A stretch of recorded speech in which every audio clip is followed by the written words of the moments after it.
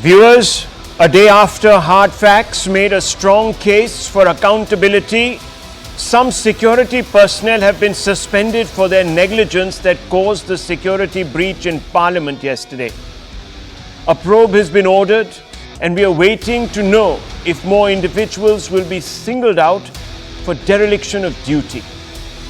The opposition isn't convinced and has been posing questions to the Union Home Minister, who they say should break his silence over the matter.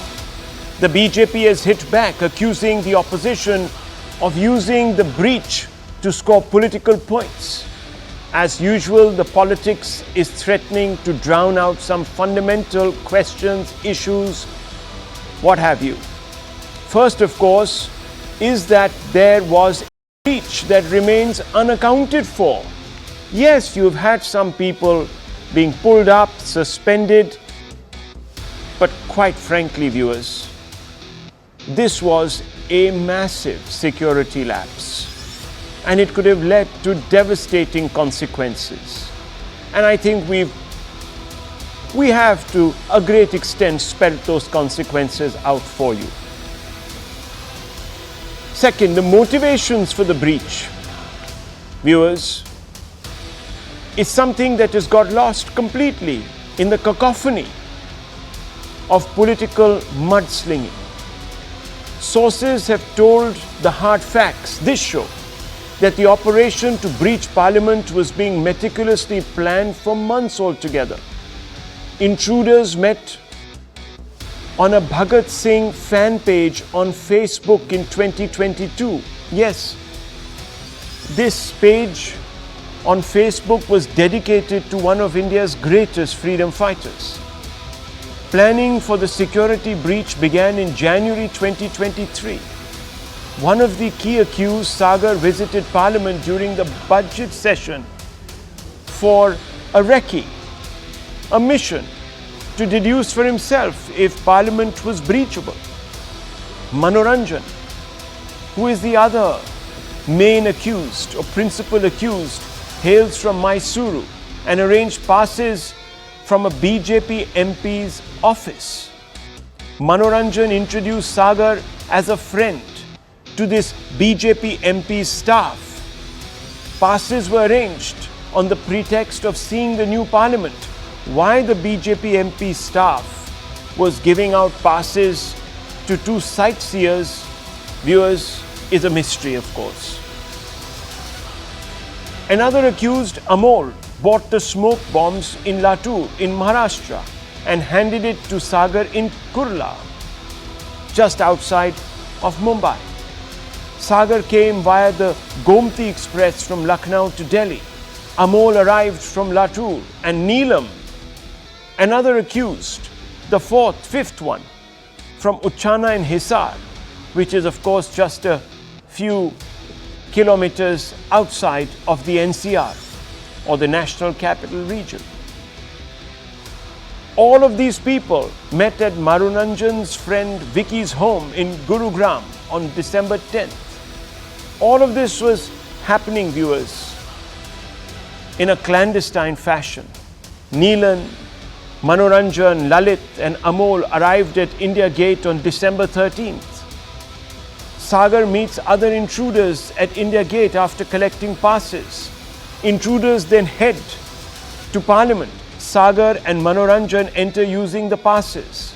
The uncle of one of the prime accused has revealed that his nephew was brainwashed by some big people who used him to further their political ends. Listen in, viewers, to what the uncle had to say about his nephew, who is, of course, thought to be the principal transgressor.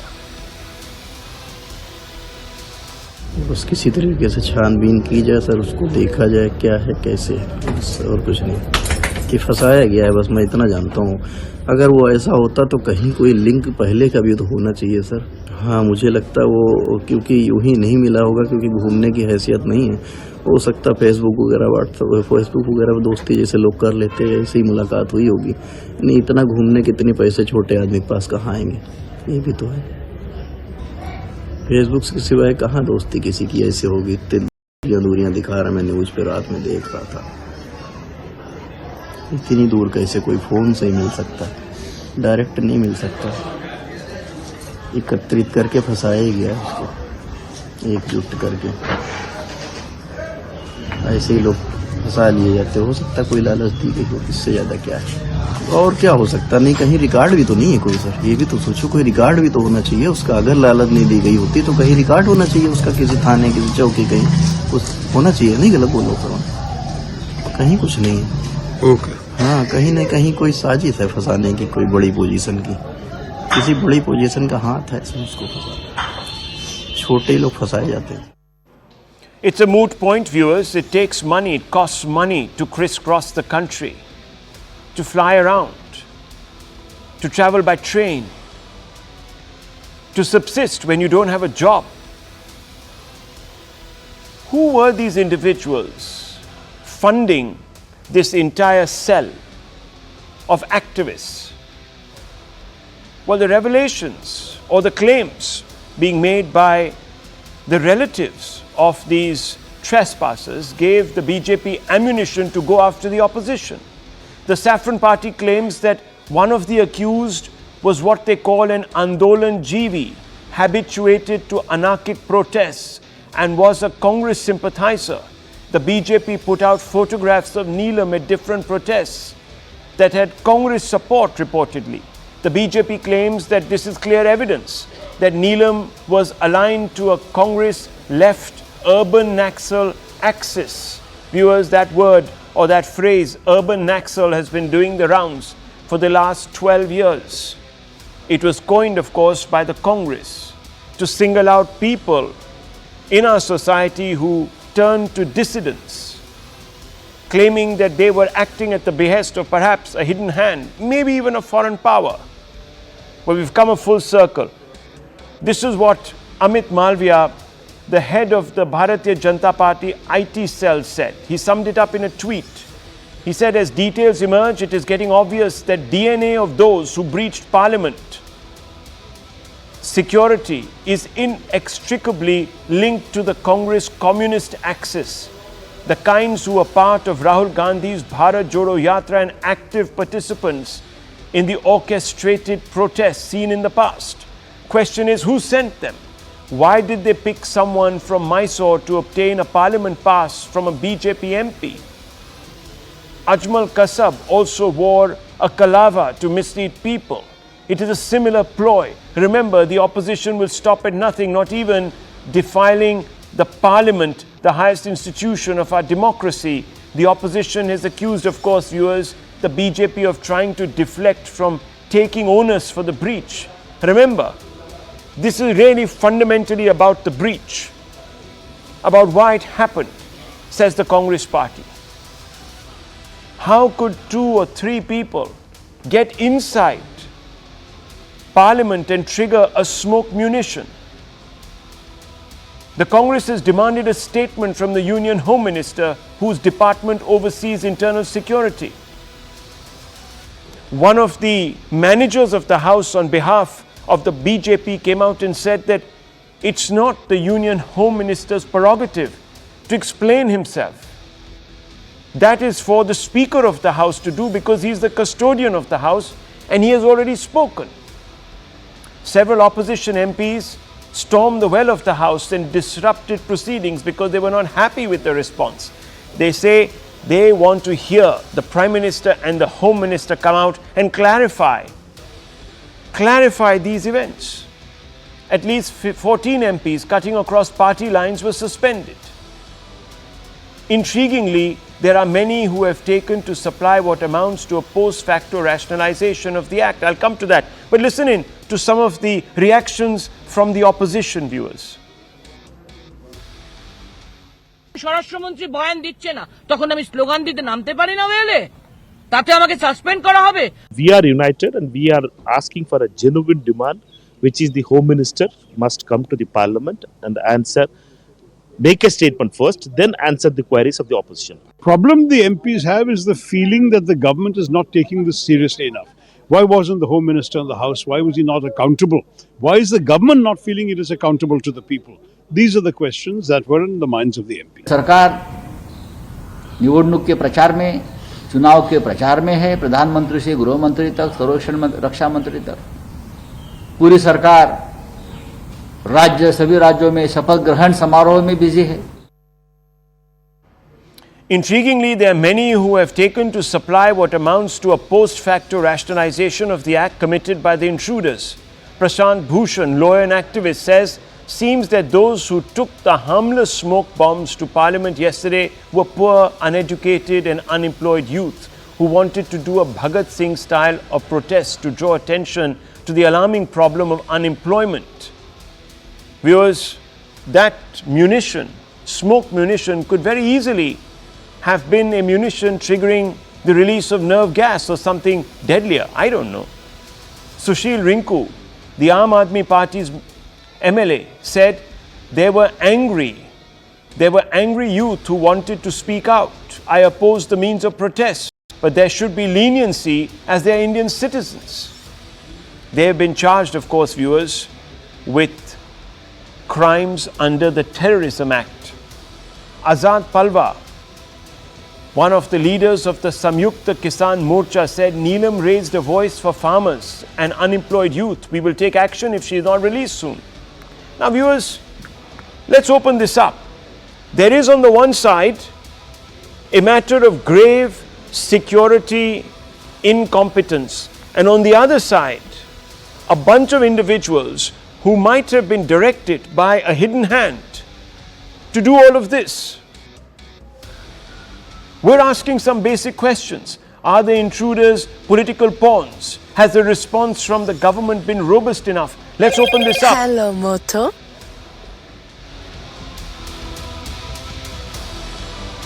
Viewers, let me begin by asking, first of all, the opposition voice on this show, Mr. A. Saravanan, who represents the DMK, and also a person sympathetic to the Congress, Mr. Lokesh Jindal. Now, Mr. Jindal, first to you. There is now growing evidence to suggest that this was an attack sponsored by someone who had a vested interest, somebody within. The opposition, the BJP says, is today trying to divert attention from what the BJP claims is a Congress left axis at work to somehow undermine India's cradle of democracy, its parliament. How do you respond to this charge? Well, good evening, Rahul. There are certain important points that we need to put into focus. First is, on 6th of December, Guru Patwant Singh Pannu, he had released a threatening statement that he would carry out an attack in the parliament on 13th of December. Subsequently, the police personnel, they had a meeting and they had increased the security cover to 300 personnel. But on Wednesday, the personnel count was reduced from 300 to 176. And secondly, these people who entered the parliament, they were given a recommendation passed by BJP MP. Now these security personnel are from the CRPF and Delhi police. Tell me, Rahul, what does this indicate? On what basis are you holding the opposition hand in glove with this act when the entire police, CRPF, there was dereliction of duty, the personnel covers were not there, shoes were not checked. In fact, re-entry was permitted. All these breach, even after when there was a threatening statement issued on 6th of December, what does this indicate? It is a serious matter and it cannot be politicized like this. Okay, so There you're is saying something grave and serious. Okay, so what you're saying is by adducing motives to some of these accused, by suggesting that they have linkages with, quote, Andolan Jeevis, unquote, you are trivializing a matter of supreme national importance. Yes. Okay, that's what the Congress is saying here tonight, viewers. Let me bring in the BJP spokesperson to respond. We also have Mr. A. Saravanan and Karan Verma with us. Tuhin Sinha, would you like to respond to Good Mr. evening. Lokesh Jindal tonight? Good evening, Rahul. Good evening, everybody. In a strange, uncanny way, the attack inside Parliament yesterday reminds me of what was supposed to be India's first hijacking episode of an airplane on 20th December 1978, when two people, Devendra Pandey and Bholanath Pandey, apparently, staged a hijack drama on a flight from Kolkata to Lucknow. They took it to Banaras. Later, it was found out that they were Congress karyakartas who were demanding the release of Indira Gandhi, who was arrested by the then Janata government, and subsequently, one of them, Bholanath Pandey, went on to become a two-term MLA. So I'm not saying that something exactly similar has happened, but yes, the antecedents of all of the four accused in this crime clearly suggest that they belong to a certain ecosystem which is habitually and compulsively at loggerheads with a democratically elected government. Now, yes, there is no denying the fact that there has been a security lapse. But look at it this way. While we have successfully thwarted Pakistan-sponsored terrorism in the last 9.5 years, this is a new form of hybrid terror of Andolan GVs and urban Naxals. About whom we still One second, don't let's know not much. talk over each other, gentlemen. Let's keep this. 1 second, Mr. Sinha. Look, you can blame the opposition for these Trojan horses, as you seem to imply they are. That's all very well. You then invoke Pakistan-sponsored terrorists. I mean, with the way things were yesterday in the House, all these people, whether they were Andolan GVs, as you call them, or Pakistan-sponsored terrorists, they could have walked in. At the end of the day, the buck stops. No, 1 second. It's not as if the opposition facilitated their entry into a extremely restricted space. It is the cradle of our democracy. It is the soul. So, asking you, Mr. Tuhin Sinha, today the question that is being posed by the BJP, by the opposition, is the man in charge of internal security has not issued a statement. Yes. So, is that a legitimate demand? Number one, and then for making that demand, maybe in an overzealous manner, 14 of their members of parliament have been suspended. So they're claiming that you're also muzzling the opposition from asking a basic question. Could you respond to those? Let us come to it one by one. Number one, was there a security lapse? There is no denying the fact that yes, there was a security lapse, and that is precisely what I was explaining. At whose door, therefore, does the buck stop, Mr. Sinha? No. So, when it comes to action, all of these accused, number one, have been charged under UPA section. So I'm asking you, if there has been a lapse, who is responsible for this lapse? I'm asking you an open question that the opposition is asking you. A comprehensive investigation is underway. See, I mean, we are following an old system where, unfortunately, based on you producing your identity card, which is either an Aadhaar card or a PAN card or a passport, normally, the members of parliament don't turn away visitors. These are white collar terrorists. That is precisely what I was explaining. It's a new form of hybrid terror, about which we definitely need to be but more Mr. Tuhin vigilant. Sinha, look, I don't want to badger you tonight, but I'm asking you some fundamental questions. On the 7th or 8th of October, about 2 months ago, there was a devastating security breach in Israel. Now imagine if these two people who intruded were carrying something more lethal and they threatened to blow up that munition. You would have had a hostage crisis that could have gone on for days altogether. There were about 150, maybe even 200 members of parliament. So I'm asking you specifically tonight, where does the buck stop? And if there are certain MPs who are asking questions of your government, should they be suspended? It's just a simple question, sir. No. Number one, the suspension is not happening because they are asking questions. They have a history of hooliganism, right from Derek O'Brien tearing a bill 10 years ago when the Telangana bill was introduced to now. They have a history of hooliganism. That's point number one. See, I have no qualms in in accepting that there has been a security lapse. Right. And obviously, as the government of the day, we are committed to ensure that the leakages, the loopholes will be attended to, will be addressed immediately. Okay. Why this lapse has occurred? It has occurred because it's a new form of hybrid terror. That is precisely what, and we need to be more vigilant of the challenges. It's a learning experience for the government. But the lapse was laughable actually. I don't want to trivialize it. Can you imagine someone walking in with munitions through 3 tiers of security, viewers? Now, I'm only asking these questions because if Parliament is this vulnerable, I shudder to think, what about the other institutions? Anyhow, let me open this up further. Let me bring in Karan Verma and the DMK's national spokesperson, Mr. A. Saravanan. Mr. Saravanan, look, yes, there are questions to be asked, and I have done my job by buttonholing the BJP spokesperson and exposing perhaps his evasiveness. But I want to ask you, sir, are you part of a fifth column? Not you personally, of course, but the opposition that is orchestrating trouble of the kind we saw in the mid-70s that led Indira Gandhi to impose, I'm not saying that should be done again, but an emergency. She claimed that she had been pushed to the wall by an opposition that had taken on a malevolent sort of manner in this country. So I'm asking you, are you pushing the poor BJP against the wall? Poor BJP. No, I'm asking you. Really? And, because they are very hurt. Have you seen the expression on Tuhin Sinha's face? He's very hurt today.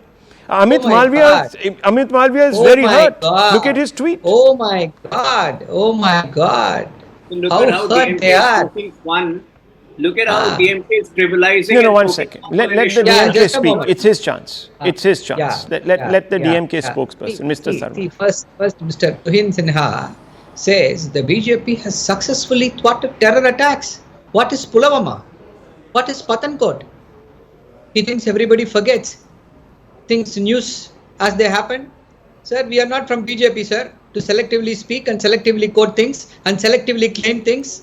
That India is become, after BJP's advent, terrorism has been totally avoided, and after demonetization there is no terrorism at all and no black money at all. Sorry, you can't peddle all those fake narratives anymore. The question is this: why nobody is asking this question to the BJP's spokespersons and the BJP's faces who are coming out and defending this? Why the Prime Minister has not spoken anything about this? Why the Home Minister? Is it not the responsibility, the security of the Parliament, responsibility of the Home Minister? Why has he not made any statement?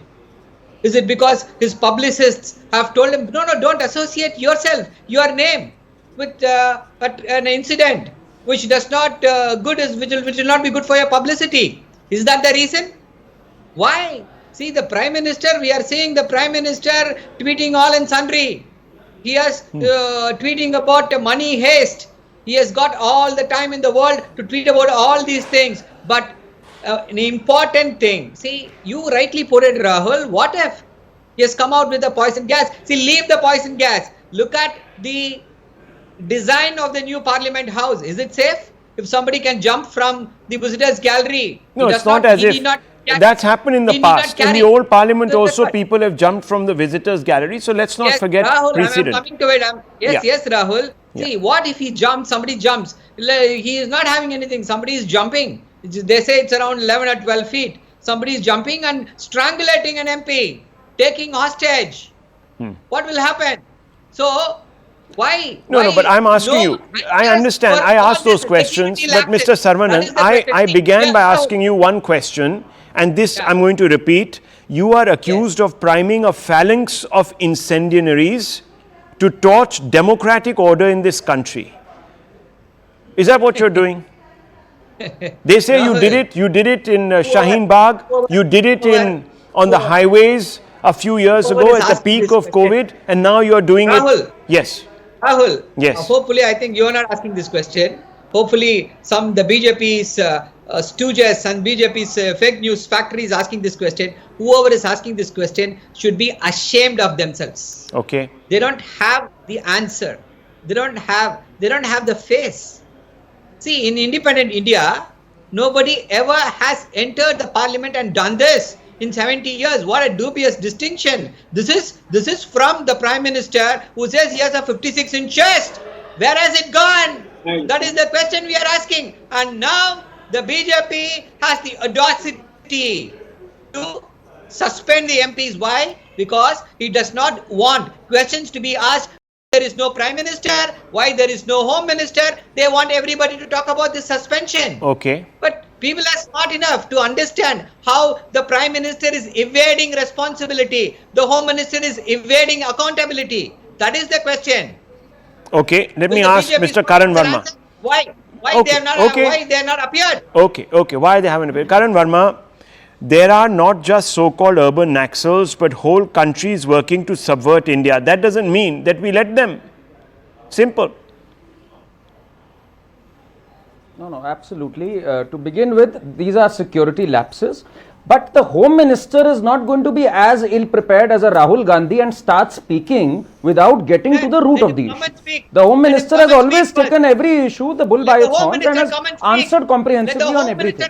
But if you just want to disrupt, if your whole soul idea Mr. Saravanan, you know, he's also taken time out to come here to make his argument. Let him finish. After that, you can bludgeon each other. No problems. Yes. I'll give you the munition and the time. Continue, But let him at least finish. Yes. Karan Verma. Can I continue? Yes, sir. Yeah. I'm saying until and unless the Home Minister reaches to the root of the issue, Rahul, he is not going to make some careless statement. He's a man of conviction. Now, let me tell you, Rahul, besides being an author and a political commentator, I do have an idea of how assemblies and the security systems function, because that is my line of work. And I can tell you, for years, we have been extremely lackadaisical in our approach, and we have been lucky that such incidents have not happened in the past. This government, the current dispensation, has made a paradigm shift and has improved by leaps and bounds. Whether it's auditing, whether it's CCTV footage auditing, but yes, more is there to be done. Of course, we agree on that. And accountability needs to be fixed, whether it was the head marshal who was caught napping, because in most of these places, it's the head marshal's responsibility to issue passes and do a thorough check. Whether it was the principal secretary who was caught napping, until and unless we do a thorough check, we cannot get to the root of it. But what has happened today is a manifestation of the rot within the opposition. These Andolan Jeevis who have rationalized taking to the roads, who have rationalized illegal blockades, who give you 15 minutes of fame just because you disrupt an important or an august gathering, they are the ones who are encouraging this kind of behavior, Rahul. This is the root of the issue. Till we do not get rid of this, I am afraid we are going to get more of such incidents. Yes, the government should have been proactive in nipping it in the bud. But the opposition, even today, when I wanted them to ask the hard questions, they resorted to hooliganism. The kind of hooliganism that has been taken to the next level by these people who did the attack in the parliament. We have an extremely irresponsible opposition that is not even capable of asking basic questions. Even when there is a security lapse, they could not ask the correct questions. All they wanted was to disrupt the house, throw the paper balls, and I think it's only the right call that they were suspended. Okay, Mr. Jindal, you are accused tonight of legitimizing. Can I just answer? One second, no, I'll ask you that question then, Mr. Saravanan. You are again being accused of legitimizing and glamorizing even anarchism. And at some point, with a whole bunch of people constantly throwing themselves at the state, one or two might succeed. That's what you want. You want these people to be sort of, triggered. You wind them up, then you unleash them. I mean, they are the equivalent of political bombers, suicide bombers. I don't know. What can one call them? That is what Karan Verma and the BJP are saying tonight. Rahul, you have to take onus. Yes, Rahul. One at a time. Saravanan. Yes. I'll answer this. See, India is still a democracy. We still follow constitution, where everybody has got a right to protest against the government. When the opposition protests, you're not able to take the key. But not by setting off smoke munitions in the house. No, come on. No, we surely protested. not. The opposition protested. Rahul, are you implying that this is done by the opposition? No, I'm not. I'm just saying. I can't believe that you're saying India is a democracy and we allow this kind of shenanigan. Rahul, sorry. This kind of insinuations has no place in a democracy. Okay. See, let me point it out. We protested against the farmers' bill. What happened? The BJP rolled it back. Rahul Gandhi called Mr. Modi's government a suit-boot sarkar. They withdrew the land amendment bills. If they think they're not bothered about public sentiment or protest, why did they not steamroll that? They did not do that. So, in a democracy, dissent and protest is essential. And coming to these accusations made by these gentlemen, it is eerily similar to what happened in Germany on February 27, 1933, Reichstag fire. What happened? The parliament of Germany was set on fire, and Hitler, after that... Come on. I mean, you can't be drawing that. You can't be drawing. You can't be. You're again trivializing this entire debate. I mean, what ridiculous analogies are being drawn? Come on. I mean, come on. That's a Reichstag fire, sir. You know what was happening in Germany at that time? The Weimar Republic. You know what was happening in the Weimar Republic? I mean, are we the Weimar Republic now? Allow me to speak. It is eerily similar. No, it's not eerily similar, sir. It's not even on the same. It's not even 1%. I'm sorry. I'm expunging this from the record. I'm taking the speaker's call. Allow me to It's speak. ridiculous. Listen what I'm going to say. See. Eerily similar? What are these gentlemen saying? These gentlemen are not to take responsibility. Sir, you know, don't assume the moral high ground. Mr. Saravanan, about freedom of speech. Just look within. Look what is happening in Tamil Nadu. Look at your own state government and the chief minister. He is being accused left, right and center of quashing free speech. So let's not, tonight, let's not spread... No, one second. Let's not make... I can't allow these statements about rights. I mean, look, we're a responsible democracy. Just a moment, Rahul. Just a moment. I'll explain a situation. What happened in the state of Tamil Nadu? You know what happened in Tamil Nadu? No, we all know. I know what happened there. I know what happened there. Have you dropped the charges, for example, against those... 6,000 people accused of sedition? 10 seconds. Who did you end up releasing? You ended up releasing... No, 1 second. The killers of Rajiv Gandhi and embracing them.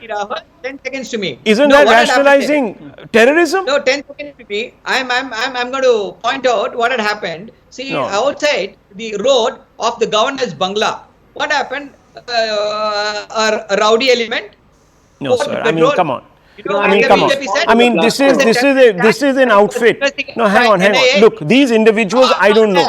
Okay, Mr. Saravanan, calm down, relax. Let's just relax. 1 second. I am calm, Rahul. It's you. No, I'm not. I'm only asking a basic question. Let's address the issue. Let's not draw fallacious comparisons to some things that happened in 1933 in the Weimar Republic. I mean, that was a complete... Outside the governor's residence, Rahul. Yeah, okay. They said, law and order situation is gone. Well, but sir. if you draw a similar comparison, then the law and order situation in the capital, which is under the BJP, is gone to hoods. Okay, look, I am going to have to move on. I am going to have to move on because viewers, look, we can sit here all night and we can trade blame. I can tell you this. We can sit here all night and trade blame. We can talk about the rights and the wrongs. We can talk about whether people should have spoken. We can talk about whether MP should have been suspended or not, or who is the more draconian leader amongst us, or who and why and when and why for. But the point is, viewers, that today, we need, in very short, limited time, to emerge from this crisis, not looking as vulnerable as we did 24 hours back. Let me tell you this, viewers. Now, I believe that the time has come for some sort of an inquisition into the circumstances. There is a situation here where the agency that has been handed this probe is going to be investigating itself. For me, that is the more troubling issue. That is, for me, the more troubling issue. Viewers, this probe needs to be conducted transparently. with court oversight to find out what actually went wrong.